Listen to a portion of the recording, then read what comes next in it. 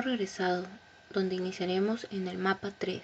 Bueno, ahora empecemos con este nuevo capítulo. Casco antiguo. So, Ogden next, eh? I'll be glad to see him again. His music always hurt my ears, but he was good at chin scratchers. Oh, lovely guy. Oh, look, the ferry's coming in. There'll be loads of tourists all over this quayside soon. I suppose they won't get in our way much anymore, eh, girl? Ogden Beckett. Ogden tocaba varios instrumentos con talento. Era el líder de la banda de música de Charleston y un buen jugador de cricket.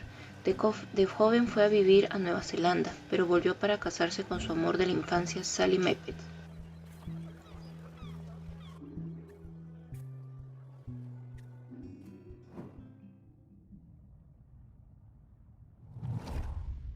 It was the day of the island cricket match out on the volcanic sandspit. We had lost to Appledore for the past 3 years, and it was my first year as captain. I didn't want another loss on my watch. Ogden had just come back from New Zealand and told me he'd be up for it. I wasn't sure. I remembered Ogden from school. He was lanky and good in the field, but batting? Not sure. Ogden showed up with his own bat. He told me he'd won it in a pub in Dunedin, and that it had belonged to a famous New Zealand player. I wondered whether I should put him into bat at all, but Ogden whispered to me that he'd been playing on deck all the way home. I knew Ogden wasn't a bluffer, but he was never the guy who got picked for the first team at school. Still, I had nothing to lose. Ogden hit a 6 with his first stroke. We went wild! And just when I thought it must be a fluke, he hit another, and another. He was a machine! Ogden hit so many cricket balls out into the sea that we had to stop play. We'd run out. It was a stunning win, and we carried Ogden back across the sand and into the Camel. Even though he'd won the match pretty much single-handedly, he insisted it was all down to the bat and plenty of practice. Ogden was solid gold. Howzat? What a great day that was. And we've beaten that.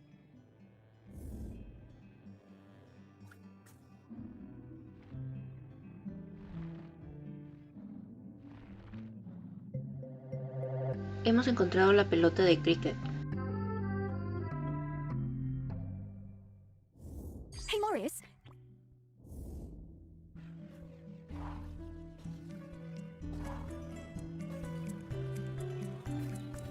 I'm getting the scent of Grinkins again, Morris.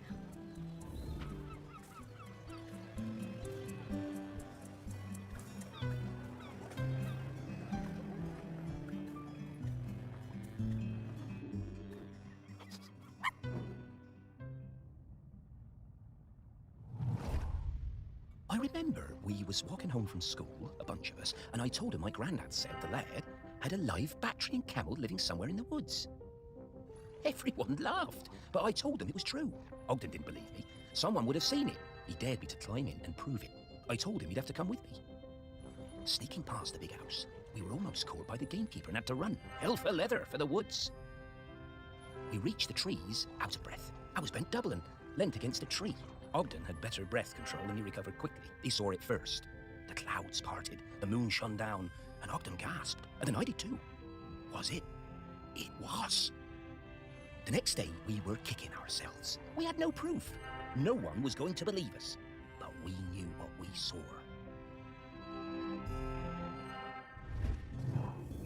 Oh, yeah, he was a couple of years above these chaps at school. Oh, and he's right. No one believed them. We caved them.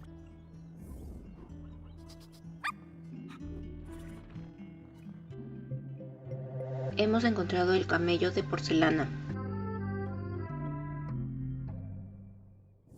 Camels are so obviously a made-up animal. Humans will believe any old rubbish.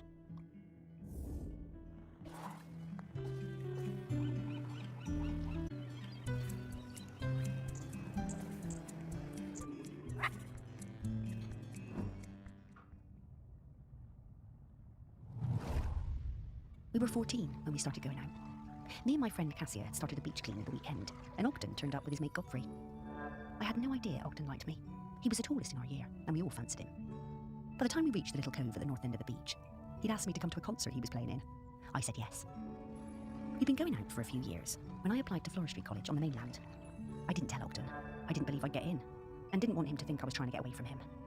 Ogden might have looked mature and confident, but he was a gentle soul, not nearly as sure of himself as he looked. But I did get in, and he was gutted. I felt terrible. I didn't want to hurt Ogden. He said he didn't mind, but I could see he was covering.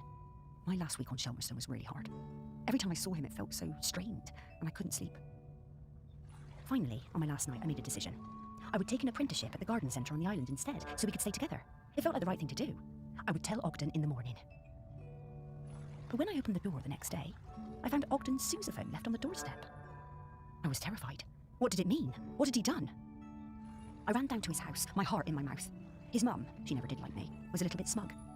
She told me Ogden had sailed off to New Zealand. He was headed to Christchurch, she said, and didn't know when he was coming back. Then she shut the door. I was more than a bit tearful, but, looking back, I think we both needed to have a bit of an adventure.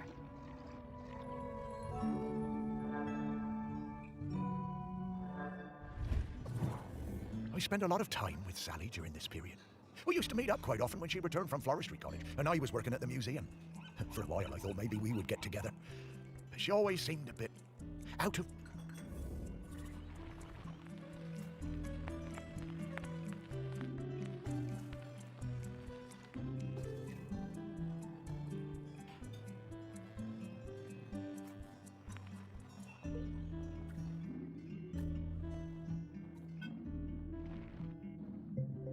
Hemos encontrado el modelo de HMS infactijable. How did that get in there?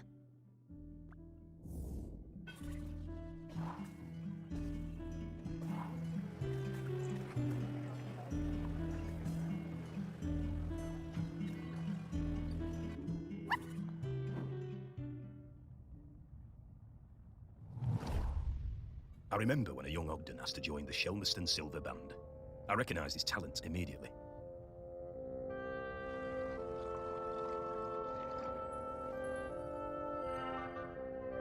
He could play anything, that lad. Literally anything. Eventually he settled on the sousaphone, which he always insisted on playing with his lucky bronze mouthpiece. One evening after the Silver Band played a storming concert in the Camel, Ogden and Sally got it into their heads to go for a night swim in the harbour, young love and all that. Ogden left his mouthpiece behind, and when we came back the next morning to pack up, it had disappeared. It really rattled him. Ogden was worried he wouldn't be able to perform without it, but of course next time we played, he was just as good as ever. Didn't need any lucky mouthpiece, our Ogden. He could play anything, that lad. Ogden was so talented, a real virtuoso. Speak for yourself, Morris. It was a terrible racket.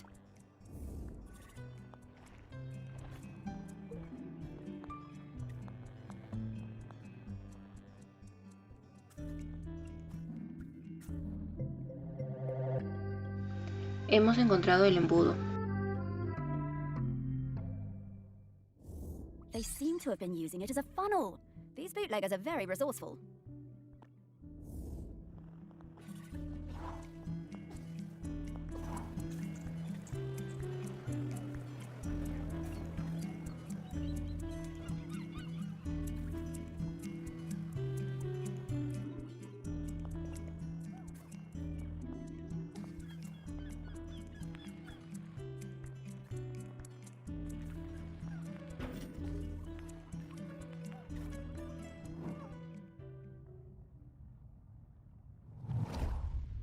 I missed Ogden so much, and for the first month there was no letter at all. I took my place at college on the mainland without knowing how he was feeling. It was a shock how low it made me, even though I was working with flowers, my dream job. I threw myself into making friends and working as hard as I could. I wondered about him travelling the world, without me and without his sousaphone. What he was doing, how he was feeling. Then the letters started arriving, and it was amazing. Each one came with a penny from a different country. One from Valparaiso, another from Dakar. I wrote back and told Ogden about my course, trips to Kew Gardens, which were amazing. And Ogden told me about his voyage, watching dolphins and flying fish, crossing the equator. Sometimes we were both lonely. We poured out our hearts to each other. In a funny way, I think the letters made us closer than ever. When he arrived in Christchurch, he'd send me flowers pressed in his letters. I sent him a shell from home, and then he sent me a New Zealand halfpenny. It was my favourite. On one side was the head of a Maori tiki. Ogden told me it was lucky. I came back to the island, and when my father died, I opened up my own florist shop on the quay. I tucked the halfpenny under the front step for luck, polished up Ogden's sousaphone and put it in the window. They both brought me luck, and the shop flourished. One day, Ogden showed up at the shop, completely out of the blue. He told me there was nowhere like Shelmerston, and no one like me. I was so thrilled to see him, I asked him to marry me there and then. He said yes. The lure of Shelmerston. It always pulls people back when they try to move away. They...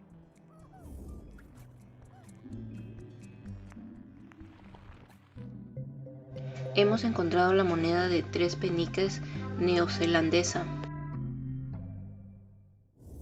One good thing about being dead, I'll never have to deal with counting change again.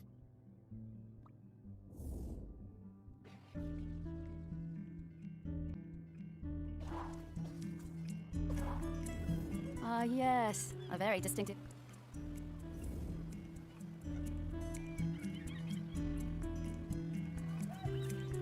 Buscaremos los 14 Grekins.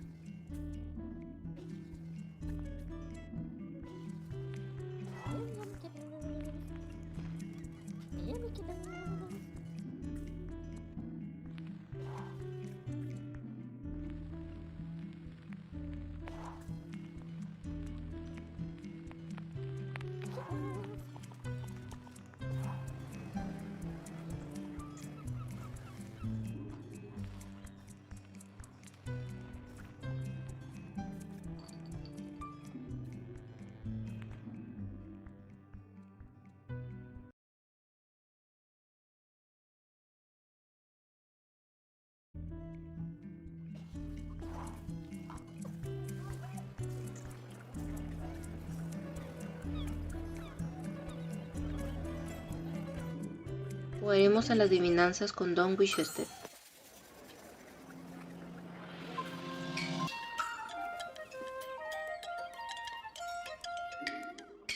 Hemos encontrado el contador de Charmeston.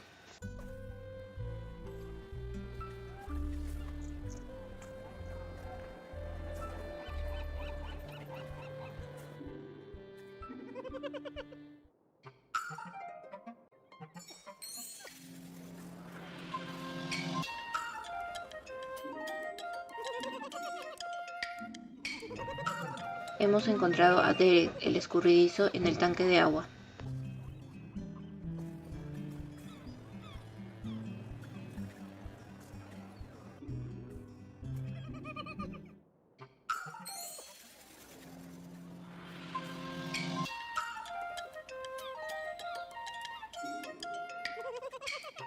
Hemos encontrado la papa Rey Edward.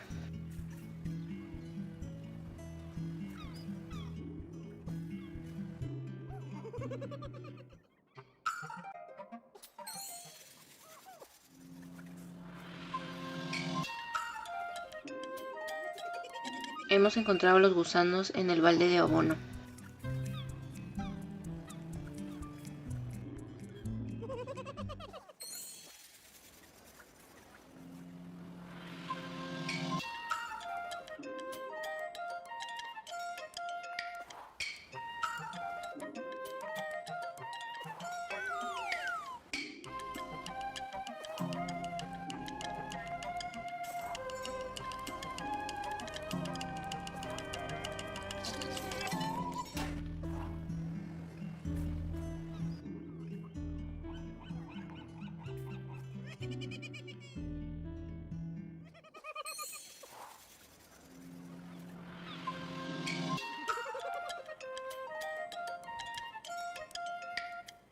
Hemos encontrado la gaviota hechicera en la caja.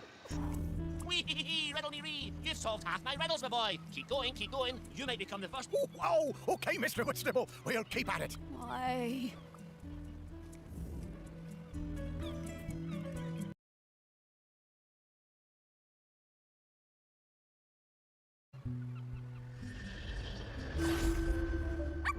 Ahora recogeremos todos los fragmentos de Ogden.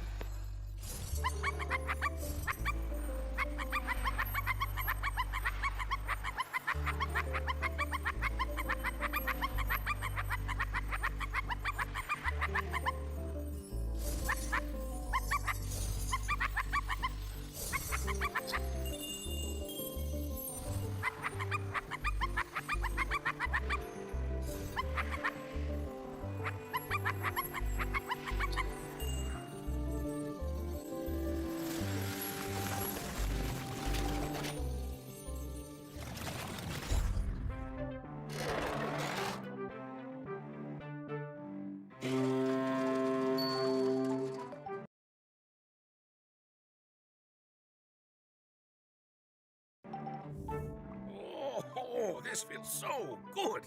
Terrific to see you, Morris. Oh, it's great to see you too, mate. Have a stretch, Ogden. We have a question for you. Sparky, owner of the very finest singing voice on the island. What can I do for you? Well, it's about the custodian. We need a replacement. Ah, yes. I've heard that volcano rumbling. Poor Aggie must be very tired. Yes, she is. We need a replacement. Oh, you want me to be the custodian? I'm honored, but I can't. Are you sure? The island is in dire need. I know, and I sympathize, but Sally is the other half of me. I need to watch over her. Everything else may be changing, but she's my constant, and I'm hers. I need to go into the West with her when it's her time. Yes, I understand. You two always did have an enviable connection. We were very lucky to find each other. And I'm still lucky just to watch over her. Makes this place still feel a bit like home, even as it changes. So I'm going to stay. But listen, once you've found the custodian, come back and enjoy a sniff of that beer in the camel with me, eh? Sure, Ogden. Well, see you around.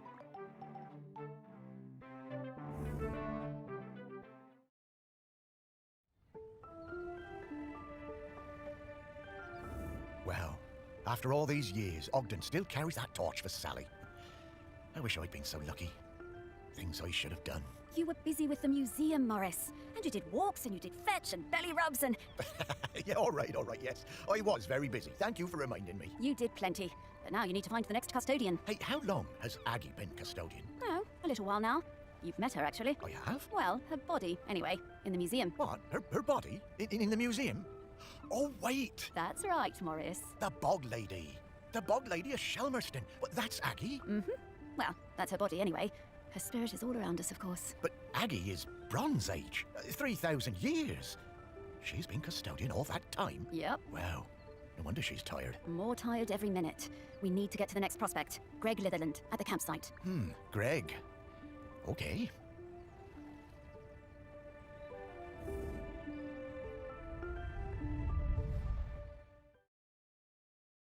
Empezaremos con el mapa 4. Campamento de Nut Hill. The one part of the island I never spent much time at. I never cared for camping. Although we did find a lot of Bronze Age goods down here. Really fascinating bits and bobs. I reckon this was an important place once, and not just to shellers. Oh, there's so many great smells here. Oh, and so many rabbits to chase. Stop it, Sparky, you have a job to do. You know, I suppose I do like it better up here now I don't have to worry about combing all those burrs out of your fur. At least this part of Shelmerston isn't changing too much. Yes. Now let's sniff out Greg. I always found Greg a bit difficult. That business with the owl of his. He wasn't a bad guy at heart. Just liked animals a bit more than people, sometimes. Maybe. But who can blame him? Let's find some people who remembered him. Dig a little deeper. Memories of Greg Litherland. Here we come. Greg Litherland. Greg estaba a cargo del campamento de Nut Hill, donde era conocido por ser quisquilloso y demasiado estricto con las reglas. Era un aficionado a los pájaros, amante de la naturaleza y defensor de la protección de morlos. Greg también era un gran aficionado a las carreras de caparazones y capturaba la emoción del deporte con sus I fotografías. only knew Greg briefly, from the summer that I took over the campsite and he retired. He seemed harmless enough, if a bit strange, living in that nasty little caravan. As part of his official handover process, he gave me a big box of rule books that I was apparently supposed to give every camper when they arrived. I couldn't believe them. The amount of inches apart each tent had to be, the angle of pitch, permitted colours of guy ropes. No skipping ropes, marbles, conkers, or throwing games. No singing with hand drums. I built a huge fire on the beach, invited the whole site for a big party, and burned the lot. But then, awkward, Greg showed up. I guess he'd been collecting some things from his caravan and came to see what the noise was all about. You could tell he wasn't comfortable, but he sat down and tried to make conversation. I told him how beautiful I thought Shelmerston was, and he started telling me all about the wildlife here and the best places to spot birds. He was actually quite a sweet guy. He must have noticed what we were burning, but he never mentioned it. That was the last time I saw him. I always felt a bit guilty. I mean, I got him wrong. He wasn't that bad. Well, that's a good thing she kept one of them. It must be around here.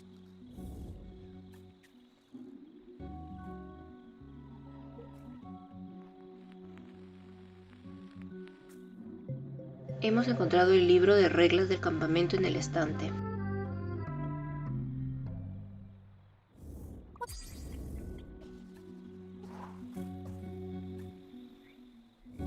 I'm getting the scent of Grenkins again, Morris. I'll pop up to let you know when we're close to one.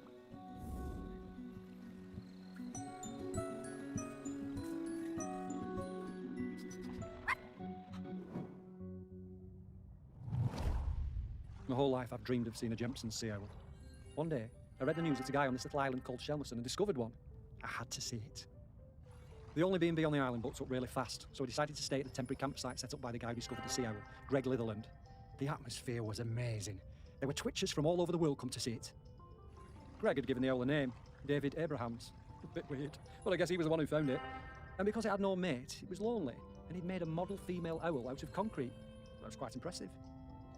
I got to know Greg a bit during my stay. He really seemed to resent all the noise and fuss on the island. His island, as he thought of it. And the irony was that he was the one who'd got everyone excited about coming to Shelmerston.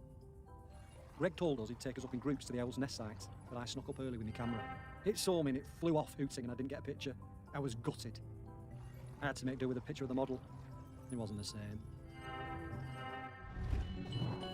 Ah, I remember that. All those bird watchers suddenly arriving and nowhere for them to stay. I didn't think Greg had it in him to start.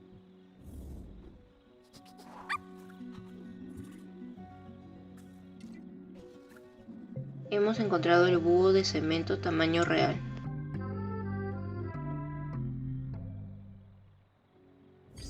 Oh.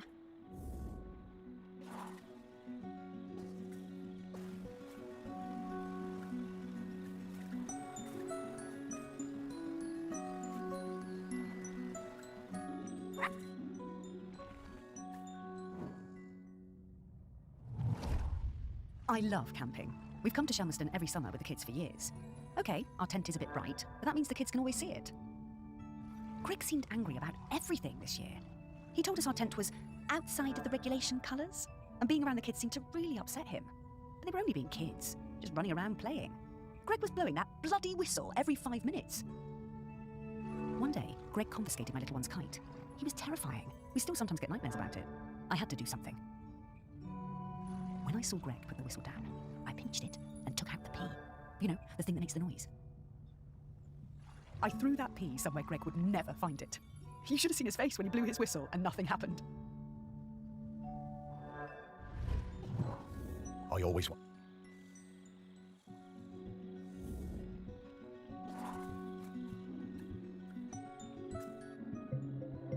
Hemos encontrado el guisante.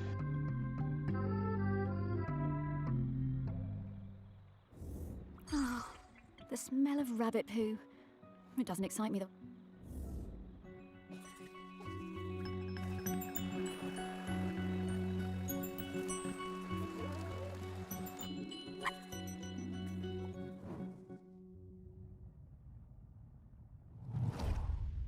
Miles and I came to Shelmerston for the Sheller Cup final. Miles was the world champion for ages. Greg, the campsite manager, was a huge Sheller fan. Always gave us the best pitch on the campsite.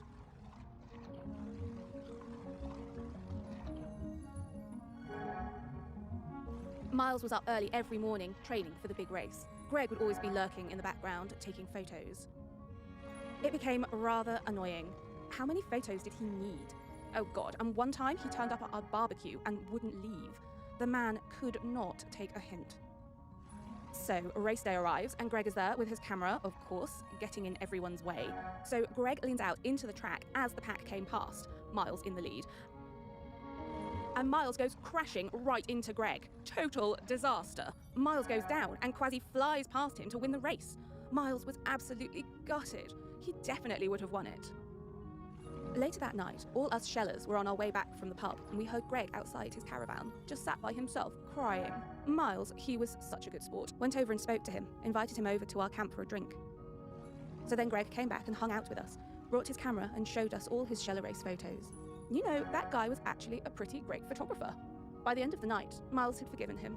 Miles was good like that. Shellers? I never understood the appeal of that. Seems blooming uncomfortable to me. Poor old Greg. He was always rubbing people.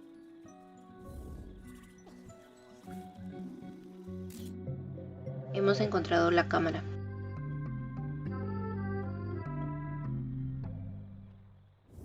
Oh, I wish we could use this! I am a very photogenic dog, you know.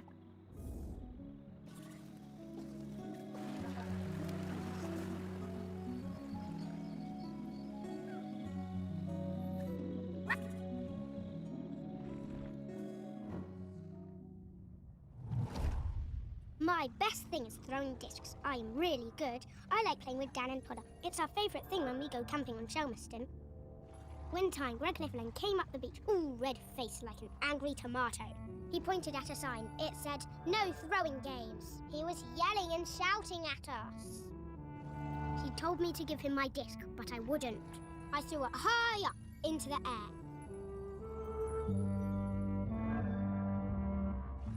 And it went bang into a massive bird. Then the bird fell into the sea. I felt so awful. I never meant to hurt the birds. The whole thing was terrible. Mr. Lifflin was screaming. He waded into the sea, picked up that bird, and carried it back to the beach. He was crying and crying. I'm sorry, Mr. Lifflin. Oh, Greg. Poor guy. Oh, and that poor bird.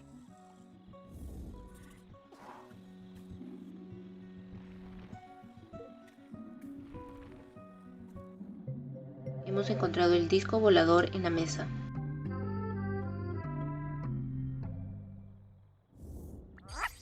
I love these things! Reminds me of our walks on the beach.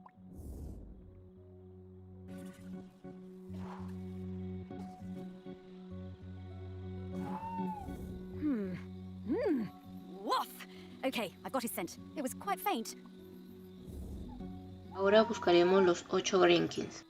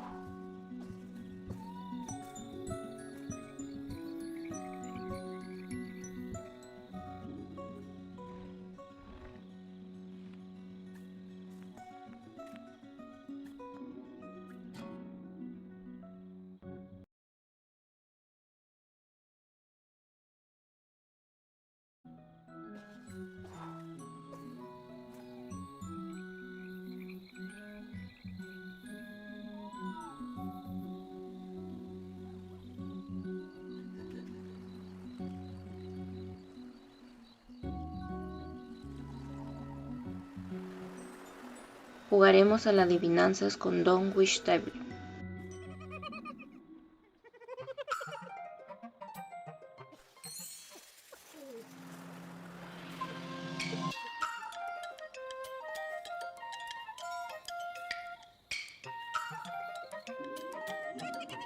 Hemos encontrado el castillo de cera.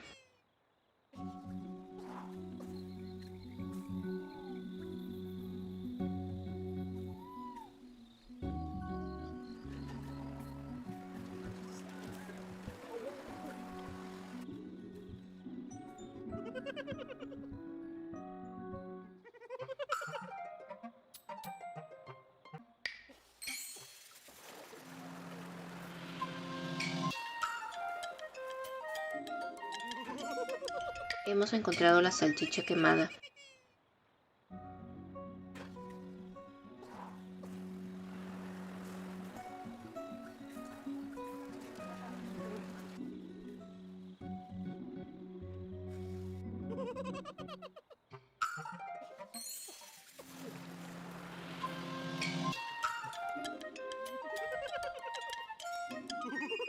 Hemos encontrado la perla.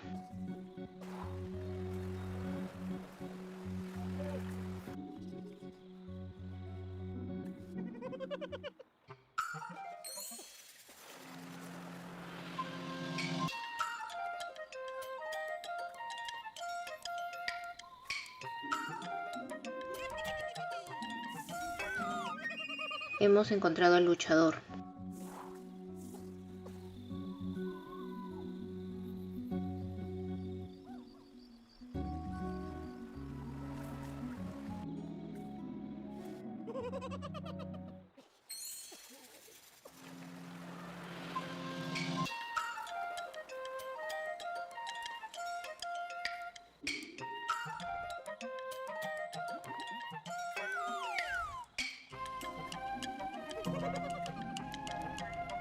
Hemos encontrado el 100 pies común en el ladrillo.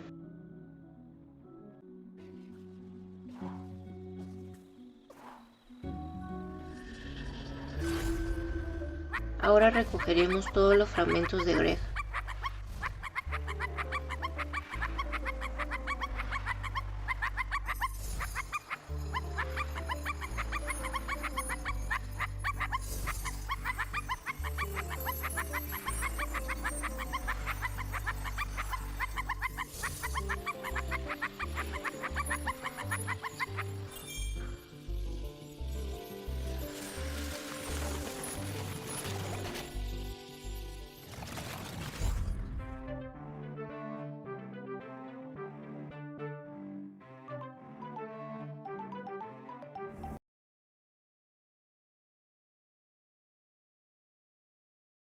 Greg! Oh, hello! Morris, what are you doing here? Oh, hello there, pup. Hi, Greg.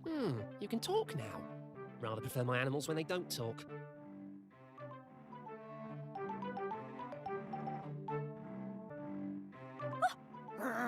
Greg, we need to ask you, would you be interested in being the next island custodian? It's a very important job. Oh, no, absolutely not. This is your mess, and you can sort it out. My mess?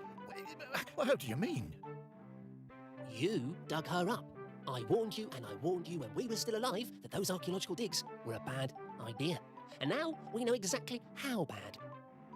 Well, now hold on, Greg. That's not how that works. Oh, isn't it, talking dog? 3,000 years, no eruptions. You dig Aggie up, and then suddenly her grip on the island is weakening. Well, some coincidence that sounds like. But I didn't. I'd never. No. There's no way I'm doing that job. It's too much obligation, it's not my responsibility, and frankly, one lifetime of humans was plenty. Fine. Thanks, Greg. See ya, I suppose. Thanks, Greg.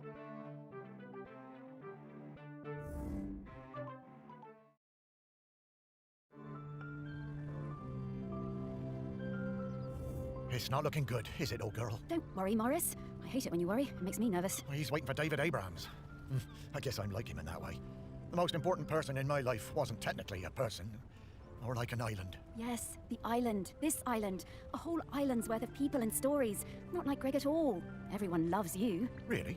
Well, loved me, perhaps, past tense. No, they still do. And there's one more person who loves you we need to talk to. Our last prospect. I just know we're getting close now. Hey, Sparky, how do you know all this stuff? I mean, you're just my dog, aren't you? Well, nobody is just anything, Morris. I'm mostly the dog you raised, but I'm also kind of a messenger, a scout, part of something bigger.